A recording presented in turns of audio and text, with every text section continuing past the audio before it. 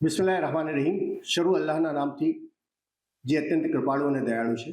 समस्त प्रशंसा उस ईश्वर अल्लाह के लिए है जिसने इतनी सुंदर सृष्टि बनाई, बड़ी सुंदर सृष्टि, ये पूरी कायनात, और उसमें हम जैसे मानवों को बनाया, जिनको इस सृष्टि को संभालने, उसके उत्थान, उसके संवर्धन की जिम्मेदारी सौंपी। और ये मानव जीवन क्या है, मानव जीवन का उद्देश्य क्या है और किस तरह से इसे परिपूर्ण किया जा सकता है, उसके लिए उसने अपने दूतों को भेजा और इसके जरिए से ये संदेश मानवता का हम तक पहुंचाया। सलाम उनके तमाम संदेष्टाओं पर जो समय समय पर इस धरती पर आते रहे और ईश्वर का, अल्लाह का ये संदेश लोगों तक पहुंचाते रहे। और सलाम अल्लाह के उस अंतिम दूत पर जिन्होंने मानवता के इस संदेश को लोगों के सामने चरितार्थ किया। आज के इस बहुत अहम परिसंवाद और सेमिनार जो पर्यावरण की सुरक्षा के लिए रखा गया है, उस सम्मेलन और सेमिनार के अध्यक्ष ऐसे जनाब डॉक्टर प्रोफेसर सलीम इंजीनियर साहब, मंचस्थ महानुभाव जो पर्यावरण की सुरक्षा के लिए जिन्होंने अपने दिन रात एक कर दिए हैं, और मेरे सामने बैठे हुए सज्जनों सन्नारियों जो इस पृथ्वी को बचाने की फिक्र में लगे हुए हैं, उसके लिए आज यहाँ पर अपना समय निकाल कर आए हैं। आप तमाम लोगों की सेवा में मैं सलाम अर्ज करता हूँ। अस्सलाम वालेकुम व रहमतुल्लाहि व बरकातहू।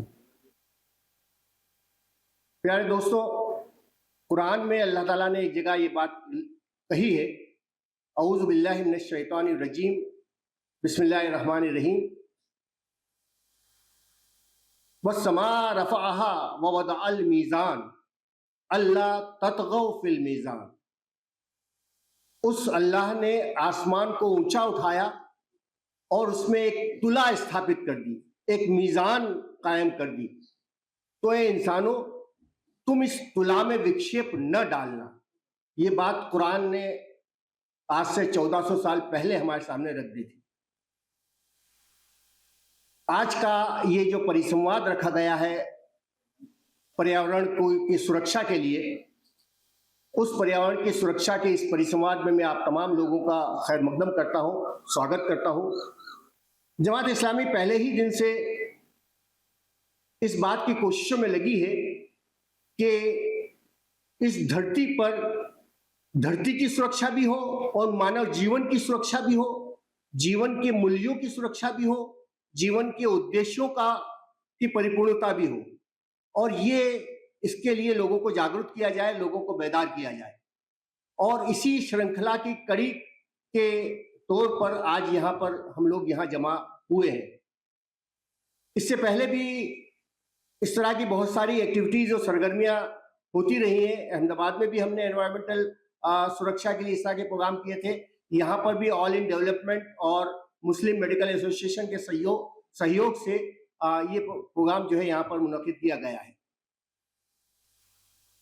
अजीज दोस्तों, साथियों, ये एक बड़ी अजीब बात है कि मानव, जिसको सर्वश्रेष्ठ जीव कहा गया, ये मानव जो अत्यंत बुद्धिमान है, विचारशील है, बाशऊर है, और जो इस जीवन के मर्म को समझने का प्रयत्न कर रहा है, ये मानव जो न सिर्फ ये कि इंटेलिजेंट है बल्कि इंटेलिजेंट का पैदा करने वाला, इंटेलिजेंट का क्रिएटर है। आर्टिफिशियल इंटेलिजेंस के नाम पर इंटेलिजेंस को क्रिएट कर रहा है। और ये जिसको इस्लाम भी जो है अशरफुल मखलूक कहता है, तमाम मखलूकात में, तमाम रचनाओं में सर्वश्रेष्ठ। लेकिन बदकिस्मती की बात है कि यही मानव अपनी बेवकूफी या अपनी दुष्टता की वजह से, इसका उदाहरण उस तरह से है कि जैसे एक वो लकड़हारा है जो उसी डाल को काट रहा है जिस डाल पर वो बैठा हुआ है।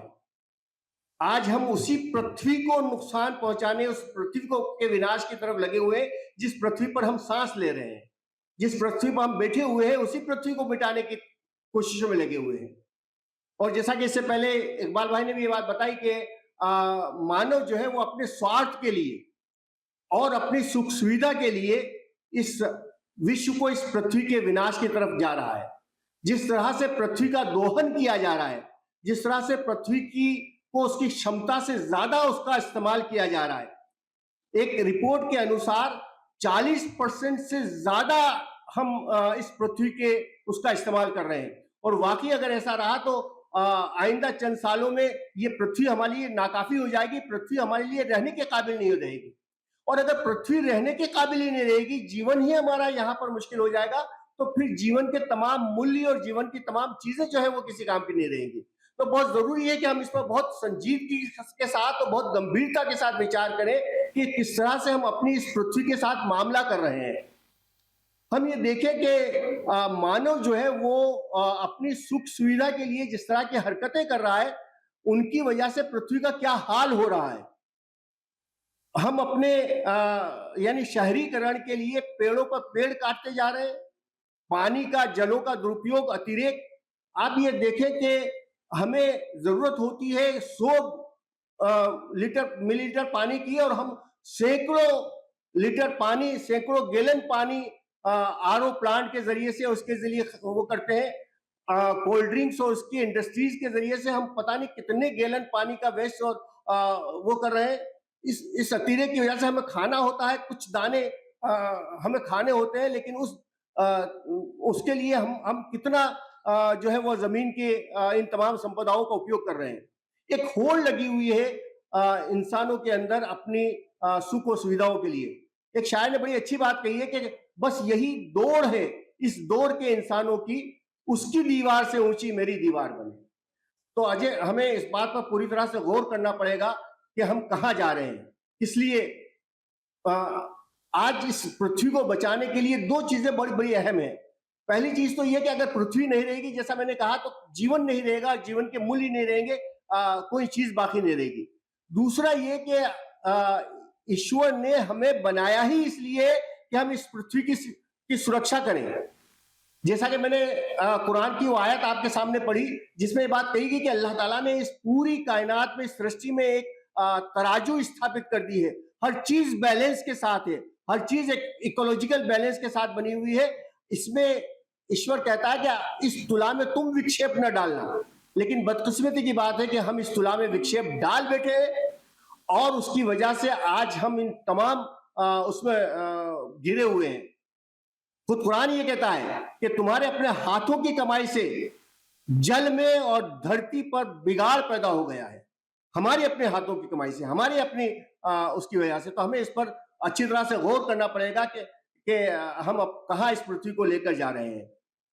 और ये बात ऐसा नहीं है कि सिर्फ बड़े बड़े परिसंवाद या बड़े बड़े उसके साथ ही की जा सकती है। हम में से हर शख्स, हर व्यक्ति चाहे तो अपने तौर पर इस पृथ्वी को बचाने की फिक्र कर सकता है। अपने घर की पानी की चंद बूंदे बचाकर, अपने घरों के आसपास छोटे छोटे कुछ पेड़ पौधे लगाकर, या अपनी सुख सुविधा के साधनों को सीमित करके और उस ग्रीन हाउसेस गैस के उसमें कमी लाकर अपनी इस पृथ्वी को बचाने की फिक्र कर सकता है।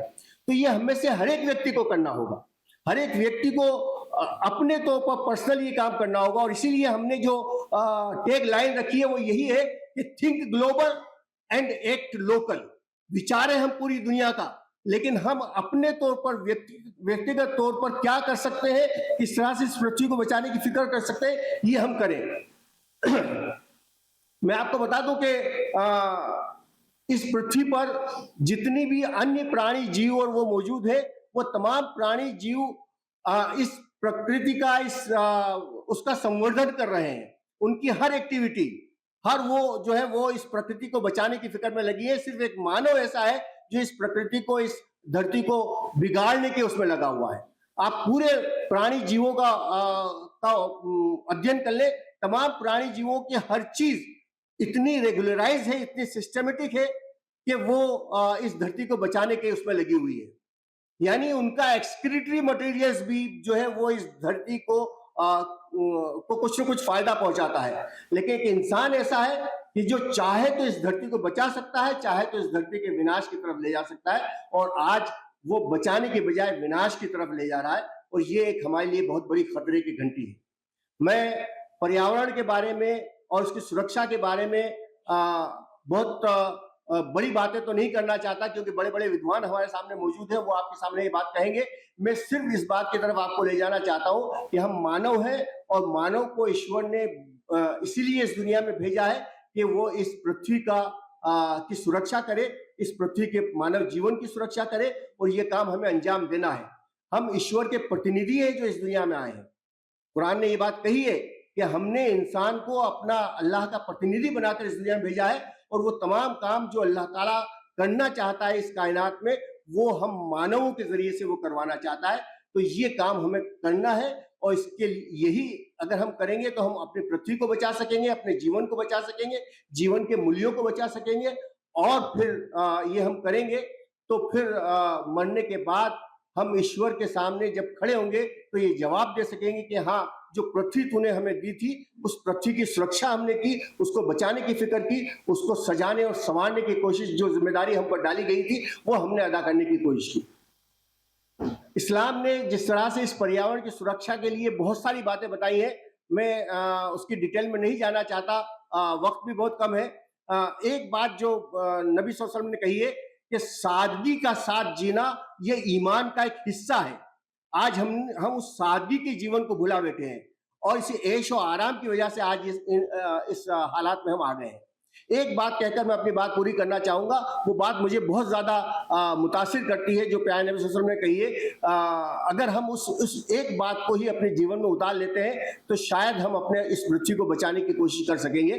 वो बात यह है कि प्यारे नबी सल्लल्लाहु अलैहि वसल्लम ने ये बात कही कि जब प्रलय का सूर फूंका जा चुका हो, यानी महाप्रलय अब स्थापित होने वाली हो, महाप्रलय आने वाली हो, और उस वक्त अगर तुम्हारे हाथों में कोई एक हरी टहनी मौजूद हो तो उस हरी टहनी को जमीन में गाड़ दो, जमीन में उगा दो। यानी आखिरी घड़ी है, दुनिया समाप्त होने वाली है, उस वक्त भी अगर तुम्हारे पास हरी टहनी है तो तुम्हारी जिम्मेदारी है कि तुम उसे जमीन में उगा दो, क्योंकि हो सकता है जमीन खत्म हो जाए, लेकिन तुम्हारी अपनी जवाबदारी ये थी कि वो हरी टहनी जमीन में उग जाए। और उससे एक बात यह भी पता चलती है कि हमें अपनी जवाबदारी को आखिरी सांस तक निभाना है। हर एक व्यक्ति को अपनी जिम्मेदारी निभाना है और आखिरी सांस तक निभाना है, जब तक के उसके पास सामर्थ्य हो, जब तक के उसके पास शक्ति हो।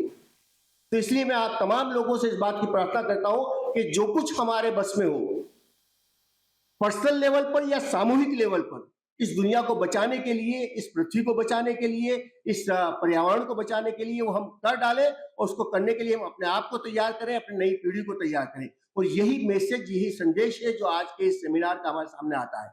मैं एक बार फिर आप तमाम लोगों का स्वागत करता हूं और तमाम लोगों का धन्यवाद अदा करता हूं कि आप लोग आज के इस व्यस्त दौर में अपना कीमती समय निकालकर इस अहम विषय के लिए यहाँ पर जमा हुए हैं। इन तमाम विद्वानों का भी मैं शुक्रिया अदा करता हूं कि वो अपने विचारों को रखने के लिए यहाँ पर जमा हुए हैं, और उम्मीद करता हूं कि इस सेमिनार के जरिए से हम अपनी जिम्मेदारी को समझ सकेंगे और इस जिम्मेदारी को अदा करने के लिए अपने आप को तैयार कर सकेंगे। अल्लाह से दुआ करता हूं कि वो हमें सही समझ अता फरमाए, और इस पृथ्वी को बचाने के लिए, इस पृथ्वी के ऊपर मानव जीवन को बचाने के लिए और जीवन के मूल्यों को बचाने के लिए हमें ताकत और शक्ति प्रदान करे। व आखिर दावाना अनिल हम्दुलिल्लाहि रब्बिल आलमीन।